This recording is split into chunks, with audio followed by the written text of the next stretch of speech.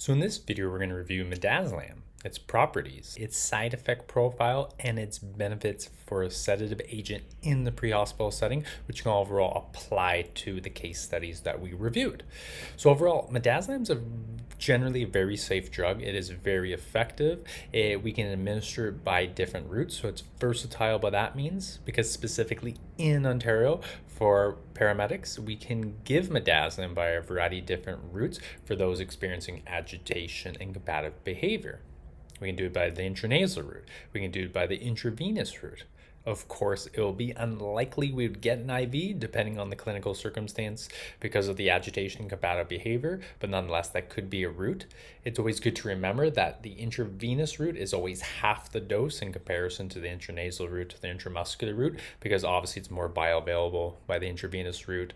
It can lead to a faster sedative effect, and it can exacerbate some of its side effect profile. Overall, we can give it by a variety of different routes, and the intranasal route is beneficial. We have that because it mitigates the chance of needle stick injury.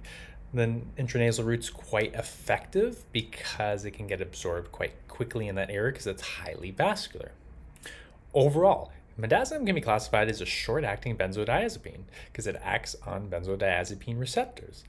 As well, it's a sedative. It's an anticonvulsant, so obviously we give it for patients experiencing generalized motor seizures.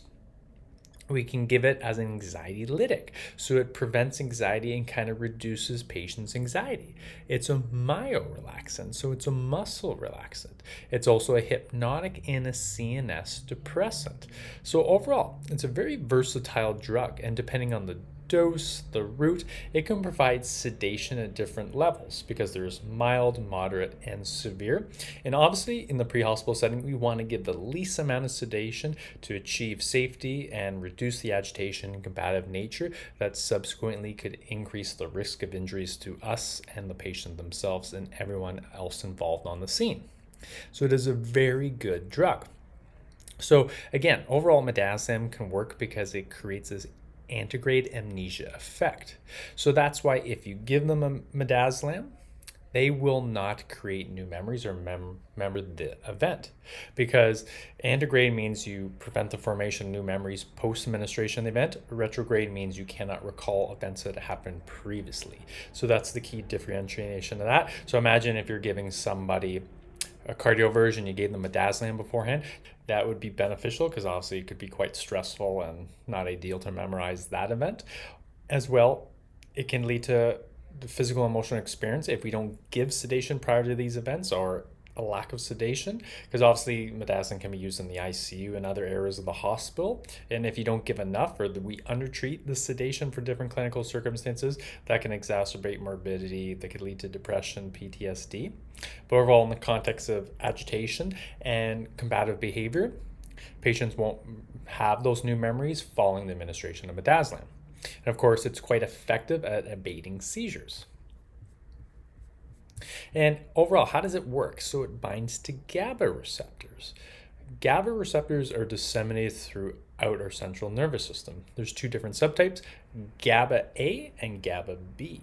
We won't go fully down the rabbit hole on the differentiation between them, but midazolam typically binds to the GABA A receptors. And again, they're found systemically throughout the brain. And if we look, we have different areas of the brain that it can exert a physiological effect on, and this is why it can exert different effects depending on the dose and what we're giving it for, because midazolam is the preferred sedative agent for undifferentiated agitation, and overall it's quite beneficial when patients are experiencing agitation from autism spectrum disorder. Are they going through alcohol withdrawal leading to delirium tremens, agitations, hallucinations? And there isn't conclusive evidence yet to say like one sedative agent's superior in the pre-hospital setting, whether it's midazolam or ketamine. But this time, ketamine is reserved for excited delirium and severe violent psychosis patients. Midazolam is generally safe and effective for treating these other types of agitation and combative behavior. And if we look at different areas of our brain too, obviously the limbic system is involved in emotion and kind of emotional regulation and overall our memory, because those two are interconnected. And there's the cingulate gyrus, our thalamus, and a reticulating activation system. So that's our wakefulness center. It corresponds to us being able to be awake and going to sleep, and just that's natural cycle. And we have signals that descend, so from the brain downwards to the body, and in contrast, ascending signals that come up from the body, from the spinal cord into the brain, and that goes to reticular activation system. Then that sends signals to our thalamus, which is our relay station. So that kind of sends out messages to different areas, like a conductor kind of navigating where the signals go. Overall, midazolam binds to the benzodiazepine receptors, and specifically GABA, which is our main inhibitory neurotransmitter. So neurotransmitters are those chemical messengers that help our neurons communicate for one another. And if it's inhibitory, that means it leads to reduction in action potentials. So it subsequently reduces impulses. In comparison to excitatory, that leads to a rise of action potentials and subsequent impulses. So it's inhibitory. So when midazolam binds to GABA, it is inhibitory, and that's why it leads to this potentiation of the GABA receptors. So it potentiates or amplifies the natural responses of GABA. And how that actually exerts its effects, it hyperpolarizes the cell with an excess of chloride going into the cell. So chloride is a negative ion. So if we lead to an increased amount of chloride going into the cell, that leads to reduction of the charge of the cell. So the inside of the cell is becoming more negative, so it leads to this hyperpolarization. Because if we look, normally, obviously, we have a resting membrane potential. It's about -90 to reach the threshold potential, which is that all or nothing response. That's the point you have to meet to actually initiate an action potential. It's around -70. But if you give a medication that increases the amount of chloride of the cell, that'll lead to a decrease in this charge inside the cell, so less likely to reach the threshold potential and actually decreased likelihood of actually reaching action potential. So this leads to a subsequent decrease in neuronal firing and a reduction in excitability. So that's why it's inhibitory, and this is why it leads to sedation, slows everything down, leads to this hypnosis, this amnesia, this sedation. And the best thing about midazolam, patients can follow and obey commands post-administration of it. They're more cooperative, and that's why it can be so beneficial while also maintaining this amnesic effect. So if we look here, more microscopically, we have midazolam. It binds to GABA and the benzodiazepine receptors, and this potentiates its effects. So more chloride goes through this and goes inside the cell and subsequently becomes more negative. So it's hyperpolarized. And this leads to a more negative charge. And again, it leads to reduction and leads to hyperpolarization, so less likely to reach the threshold potential, and subsequently reduces action potentials. So if we look, obviously midazolam can lead to anxiety lysis. And the main reason for that is because it works on limbic inhibition.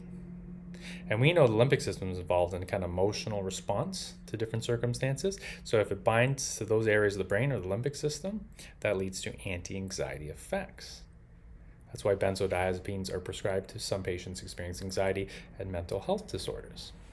Also, it acts on the cerebral cortex, which is our higher motor function responsible for personality, intellect, and overall, if you have excessive neurons firing that happen in a seizure, it binds to that and leads to anti-seizure effects. That's why it works. What if midazolam binds to areas in a reticular activation system? That can lead to sedation because it inhibits that area, which disrupts the connection and overall leads to sedation. And obviously, there is benzodiazepine receptors in our spinal cord, and this leads to spinal cord inhibition because of this hyperpolarization of the cells there, and this leads to its muscle relaxant effects. However, so we look at the side effect profile of midazolam.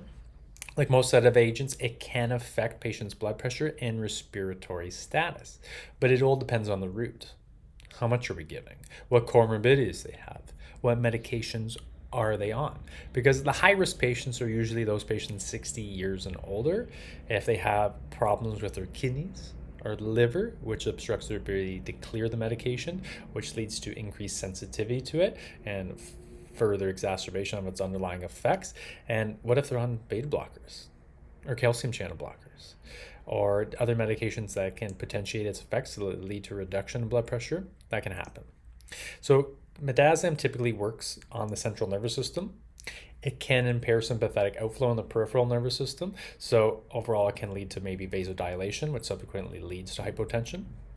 But normally those side effects usually come when you give higher dosages, especially when you do it by the intravenous route. In healthy individuals, if you give it by an intramuscular route, there should not be a problem, or usually not a problem. And it can lead to a reduction in heart rate and contractility at times because it reduces the sympathetic nervous system. Again, respiratory depression can happen with sedative agents, and midazolam, it can happen as well. Usually there isn't a significant reduction in their breathing status when you give appropriate dosages to healthy individuals. Again, the high-risk individuals, especially 60 years and older, are they taking other CNS depressants? Have they co-ingested other CNS depressants as well? And do they have COPD? They impair renal and liver function, which obstructs their clearance. And overall, it reduces sensitivity to CO2 levels in the respiratory center. However, we don't have a significant portion of benzodiazepine receptors found on GABA in our breathing center and our brainstem. So that's why it's not as potent as opiates having a response on our respiratory center. But again, it still is a risk factor. And it can lead to reduction of diaphragm and intercostal muscles because, again, it's a myorelaxant. And obviously, those are indispensable parts to our breathing. So it can happen, and that's why it's important to titrate the least amount of sedative to dose. And that's why it says in our medical directives we should use caution and maybe use a lower dose in patients that are older and have significant comorbidities. But if we get oxygenation ready, we got airway equipment ready, we put on the end-tidal CO2 adapter that can hopefully help prepare and mitigate any side effects. So again, what if the patient's taking alcohol and they're agitated now? That can potentiate its effects because those are CNS depressants. What if they're on medications that could further exacerbate CNS depression? So that's why it's obviously ideal to get a full incident history and try to gather all the information to tailor the dose specifically to give it safely. And again, the main risks: renal impairment, liver failure. If they have that increases sensitivity, that stays in their system longer, it exerts physiological effects longer, and it can overall heighten patients' risk to adverse events. So we look at the high-risk groups again: elderly 60 years and older, and obesity.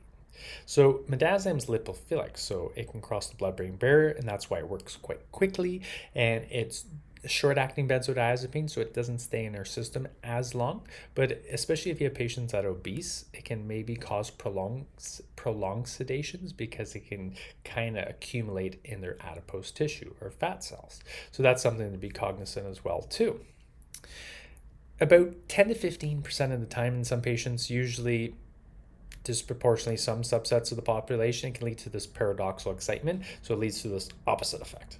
So it should provide sedation, however, it leads to this further agitation, irritability, and higher risk of causing injury to themselves and us. So this is this paradoxical excitement, and it causes aggressiveness. And if you look at the risk factors for patients going into that, it's usually high dosages of midazolam. It's usually involved in some sort of genetic component. Patients have a history of alcohol abuse disorder that kind of heightens the risk of it, which is interesting because we know benzodiazepines are a main treatment for alcohol abuse disorder when they're going through withdrawals, and it unequally affects pediatrics and geriatrics. So again, higher dosages, especially in these populations or the subset of the populations, can increase the risk of paradoxical excitement disorder, and that's advised to patch to the base hospital physician for guidance at that point in time. If we examine the routes, because it's a very versatile drug, the intramuscular route peaks around 15 to 30 minutes and lasts about 1 to 2 hours.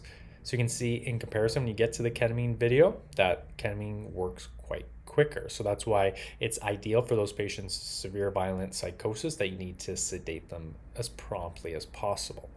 But it's a short-acting benzo, so it doesn't last as long. In comparison, IVIO routes are about 1 to 5 minutes. The time onset, peak effects are about 5 to 15 minutes, and usually last 30 minutes to an hour. IN routes, 13 to 18 minutes onset, and lasts about 1 to 2 hours again. And obviously it all factors on the dose, the individual variability, what's their age, what's their metabolism status, what medications are on, what size are they. That can obviously all dictate the potency of the medication, its bioavailability, and its physiological effects. So overall, the key messages to take away from this video is that midazolam is a very beneficial drug. It's generally a safe drug. It's utilized for undifferentiated agitation in the pre-hospital setting as well as in a hospital setting. And we can mitigate the side effects by doing smaller dosages, especially for those high-risk populations such as the elderly. If they have liver failure, kidney failure, if they're on other CNS depressants as well. And overall, just be prepared for the side effects. And it's always advised to get an IV when safe to do so in case their blood pressure does drop, and as well as they need other medications.